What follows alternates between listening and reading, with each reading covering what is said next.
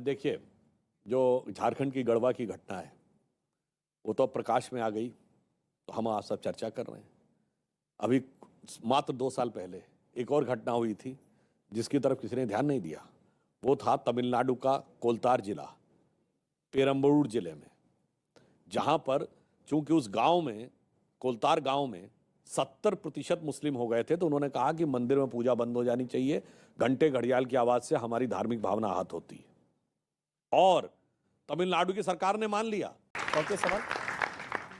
सुधांशु जी प्रणाम, मैं बीनू चौहान।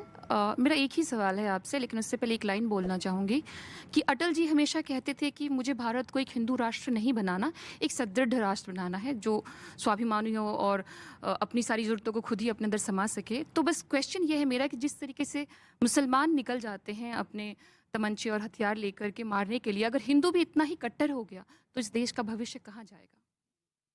देखिए, आपने जो बात कही, जिसको लोग हिंदू राष्ट्र कहते हैं, समस्या जानते हैं क्या है? ये बहुत बड़ा एक बौद्धिक षड्यंत्र है कि जब आप हिंदू राष्ट्र कहते हैं तो मुस्लिम राष्ट्र की धारणा को उस पर इंपोज कर देते हैं। हिंदू धर्म में ना जजिया का कॉन्सेप्ट है ना जिम्मी का कॉन्सेप्ट है, यानी गैर हिंदू प्रजा के साथ कैसा बर्ताव होगा या उसको कौन सा टैक्स देना पड़ेगा, ऐसा कहीं नहीं लिखा, तो आप इंपोज कर देते हैं। और जब आप मुस्लिम राष्ट्र की बात करते हैं तो हिंदू राष्ट्र की उदारता को उस पर इंपोज कर देते हैं। यानी देखिए कितना गहरा षड्यंत्र होता है। इसीलिए हमारे यहां जितने भी प्राचीन काल से लेकर आज तक, हम सेकुलर देश हुए हिंदू मेजॉरिटी होने के बावजूद, प्राचीन काल से आज तक जितने भी हिंदू राजा हुए, after the advent of Islam 3 बड़े हिंदू साम्राज्य बने। एक उत्तर भारत में महाराजा रणजीत सिंह का, दक्षिण भारत में विजयनगर एम्पायर, और महाराष्ट्र में छत्रपति शिवाजी महाराज की हिंदू पद पातशाही। बताइए कोई एक उदाहरण है किसी दूसरे धर्म के मतावलंबी के साथ कोई भेदभाव हुआ? ऑन द कॉन्ट्रेरी, जितने मुस्लिम राजा हुए इंक्लूडिंग अकबर, कोई एक उदाहरण बताइए जिसके दौरे हुकूमत में मंदिर न तोड़े गए। इसलिए मैं कहना चाहता हूं, ये दोनों का जो घालमेल करने का प्रयास करते हैं, हमारी और उनकी थिंकिंग में जमीन आसमान का अंतर है। इसीलिए हम ये कहना चाहते हैं कि जो भारत का मुस्लिम है, जो कि सांस्कृतिक दृष्टि से भारतीय है, जो मतलब बाई रेस भी इंडियन है, उसकी उन अच्छी क्वालिटीज को उभारने की बजाय हम उसको सेंट्रल एशिया और मिडिल ईस्ट की उन माइंडसेट के साथ मिलाना चाहें तो ये बहुत बड़ी समस्या होती है। मैं ऐसा क्यों बोल रहा हूं? उदाहरण के लिए बताइए, डॉक्टर कलाम से बड़ा साइंटिस्ट कोई पैदा हुआ इस्लामिक वर्ल्ड में? ऑल 57 कंट्रीज, बताइए कोई साइंटिस्ट पैदा हुआ हो? ये बताइए हमारे यहां जितने बड़े बड़े फनकार होते हैं क्यों नहीं पैदा होते वहां पे? क्योंकि सृजनात्मकता हमारे अंदर है। पर दुर्भाग्य यह है कि सृजन की प्रवृत्ति की बजाय विध्वंस की प्रवृत्ति को बढ़ावा देना राजनीति को सूट करता है, और वो धीरे धीरे वो परिस्थिति उत्पन्न करते हैं, पूरा समुदाय उसी के साथ चला जाता है। सुधांशु जी, राजनीति को सूट करने वाली स्टेटमेंट आप लोगों की तरफ से भी आती है। मैं योगी आदित्य, अभी क्योंकि ये बात चल ही रही है कि हिंदू आबादी और मुस्लिम आबादी, उसी को लेकर योगी आदित्यनाथ की तरफ से एक स्टेटमेंट आया था जिस पर बड़ा विवाद हुआ था कि एक वर्ग विशेष की आबादी असंतुलित तरीके से बढ़ेगी तो अराजकता बढ़ेगी। मतलब हिंदू आबादी घटेगी, अराजकता बढ़ेगी। ये तो सीधा सीधा टारगेट करना नहीं है, या ये फैक्चुअली है कि हिंदू आबादी घटेगी तो अराजकता बढ़ेगी, एक वर्ग विशेष की आबादी असंतुलित तरीके से अगर बढ़ेगी, डेमोग्राफी चेंज होगी तो अराजकता बढ़ेगी? ये सही है? देखिए, इस विषय में अगर आप कहें तो मैं इसमें एक चीज और ऐड करके तब बोलता हूं। आप पत्रकार हैं, आपने जरूर नाम सुना होगा मार्क टेली का, बहुत बड़े पत्रकार, भारत में लगभग 2.5-3 दशक रहे। उन्होंने 2019 में एक आर्टिकल लिखा और उन्होंने लिखा कि Muslims in India are the luckiest, और उसका उन्होंने कारण ये लिखा कि वो निजामुद्दीन एरिया में, उन्होंने कहा मैं दिल्ली में 26 साल रहा, और एक तरफ हजरत निजामुद्दीन औलिया की दरगाह और सामने तबलीगी जमात का ऑफिस था। दोनों की विचारधारा डायमेट्रिकली अपोजिट थी। उन्होंने कहा कोई दुनिया में दूसरा मुस्लिम राष्ट्र होता तो 26 साल एक दूसरे के साथ नहीं रह सकते थे, पर सिर्फ ये भारत है जहां दोनों में साथ था। तो भारत के मुस्लिम लकी हैं कि वो अपने मजहब में जैसे चाहें वैसे इबादत कर सकते हैं। अब मैं आ रहा हूं उस पर। जानते क्या हुआ? चूंकि कट्टरपंथी विचार को ही बढ़ाने की राजनीति सूट करती थी, इसलिए भारत में ऐसी परिस्थिति बनी कि जहां पर कि मुस्लिमों का वर्चस्व हो गया, वहां पर अपने आप, हिंदू धर्म तो छोड़िए, उनके अपने मजहब के जो फिरके थे वो खत्म हो गए। सिर्फ भारत ही एक देश है जहां सारे फिरके इस्लाम के पाए जाते हैं। अब बताइए, कश्मीर आज मुस्लिम मेजॉरिटी हो गया। कश्मीर को सबसे बड़ा क्या सेंटर, आज भी आके वो इकोसिस्टम वाले लोग बोलते हैं वो तो सूफी परंपरा का था। अरे भाई, सूफियों के 4 सिलसिले थे, नक्शबंदी, सोहरावर्दी, चिश्ती और कादरी। बताओ चारों के मरकज कहां है आज कश्मीर? बताओ, ये शहर चिश्ती सिलसिले का है, ये खत्म, फिनिश। तो भाई मंदिर चले गए, हिंदू चले गए, छोड़ो, तुम्हारी अपनी विविधता चली गई।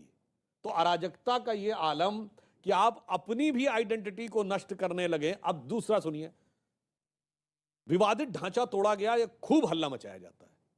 आपने किसी के मुंह से सुना कि चरारे शरीफ भी जला दी गई थी? चरारे शरीफ क्या थी? एक मजार थी, बहुत बड़ी, अखरोट की लकड़ी की बनी हुई थी, मध्यकाल की बनी थी कश्मीर में, और जला के आतंकवादी चला गया। क्यों? उसने कहा मजार कुफ्र है, इसलिए इसको जला देंगे। कोई नहीं बोलता कि मजार जला दी गई। तो यानी आपके अपने मजहब के अंदर के फिरके एक दूसरे के प्रति कुफ्र नजर आने लगते हैं। इसीलिए मैं सॉरी मज़ार शरीफ नहीं, चरारे शरीफ। मज़ार शरीफ तो अफगानिस्तान में है, चरारे शरीफ जो कश्मीर में था। तो आप ये सोचिए कि चरारे शरीफ जला दी गई और मस्तगुल जो मुख्य आतंकवादी था, जो उस पूरे कार्यक्रम का सूत्रधार, वो जला के पाकिस्तान भी भागने में सफल हो गया। और उन्होंने एलानिया कहा कि मज़ारे कुफ्र हैं, इसलिए हम इसको नहीं एक्सेप्ट करेंगे। और इसीलिए भारत दुनिया का एकमात्र देश है, आपने तो सुना होगा कि इंडोनेशिया के बाद सबसे ज्यादा मुसलमान भारत में पाए जाते हैं, पर यह एकमात्र देश है जहां मस्जिदों पे हमले नहीं होते, जहां मस्जिदों में बम नहीं फोड़े जाते। तो मैं ये कह रहा हूं, अरे भाई, हिंदू मुस्लिम अराजकता नहीं, आपके अंदर की व्यवस्था भी सिर्फ इसलिए है कि हिंदू बाहुल्य है। ये बार बार जब नैरेटिव आता है तो ये सवाल आता है कि आप लोग का कहने का ये मतलब है कि हिंदू कम तो सेकुलरिज्म खत्म। इसमें तो कोई किंतु परंतु ही नहीं है। अच्छा, नहीं है ना। अगर मैं आपसे यह पूछूं कि दुनिया में एक देश बताइए जहां पर इस धरती पे पाए जाने वाले सारे धर्म पाए जाते हो, तो वो सिर्फ भारत है। दुनिया में एक धर्म है पारसी, ज़ोरोस्ट्रियंस, अपनी जन्मभूमि ईरान से समाप्त हो गए, पूरी दुनिया में खत्म हो गए। अगर वो हैं तो भारत में, और भारत में है नहीं, फल फूल रहे हैं। टाटा से लेके अभी कोविड बनाने वाले आधार पूनावाला तक सब पारसी हैं। होमी जहांगीर, बाबा सैम मानेकशॉ, सब पारसी थे। ठीक, अब आप आइए, जब इजराइल का गठन हुआ तो यहूदियों पे पूरी दुनिया के भिन्न भिन्न देशों में जो अत्याचार हुए थे उसके ऊपर बाकायदा संकलन करके इतिहास लिखा गया, और सब देशों के यहूदियों से कहा गया अपना अपना अनुभव लिखिए कि आपके ऊपर क्या क्या अत्याचार हुए। सिर्फ भारत ही एक देश था जहां यहूदियों ने लिखा कि forget about the persecution, we never faced any discrimination. और ये किस लिए था? क्योंकि यह भारत की वह संस्कृति जिसे सांप्रदायिक कह कह के आप लांछित करने का प्रयास करते हैं, उस महान हिंदू संस्कृति की वजह से ही सब फल फूल रहे थे। और इस्लाम के भी सारे फिरके इसीलिए सिर्फ भारत नहीं पाए जाते, दुनिया के 57 में से एक मुस्लिम देश बता दिया सारे फिरके पाए जाते हैं। तो क्या देश के 9 राज्यों में सेकुलरिज्म खत्म हो चुका है? मैंने तो आपसे बात आपने अभी बोला ना, हिंदू कम तो सेकुलरिज्म खत्म। साथ में आपने बोला है कि देश के 9 राज्यों में हिंदू माइनॉरिटी है। जहां पर उस विचारधारा, जो भारतीय संस्कृति की उदार विचारधारा है, जैसे ही वो अल्पमत में होती है और कट्टरपंथी विचारधारा प्रकट होती है, तो मानी हुई बात है, उदारता भी समाप्त। तो सर उस तरफ तो बढ़ रहे ना। झारखंड में क्या हुआ? फ्राइडे वाले दिन छुट्टी हो गई, कितना झारखंड में प्रार्थना पर रोक लगा दी गई। ये सारी चीजें तो बढ़ रही हैं। तो 9 राज्यों में क्या मतलब सेकुलरिज्म खत्म हो गया? नंबर 1। नंबर 2, जो झारखंड में हुआ, जो बाकी केरल में, जो बंगाल में, तो उस तरफ तो देश बढ़ ही रहा है ना सर।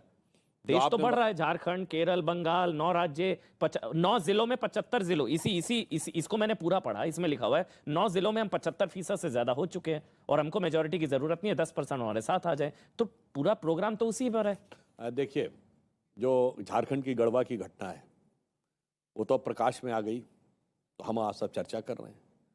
अभी मात्र 2 साल पहले एक और घटना हुई थी जिसकी तरफ किसी ने ध्यान नहीं दिया।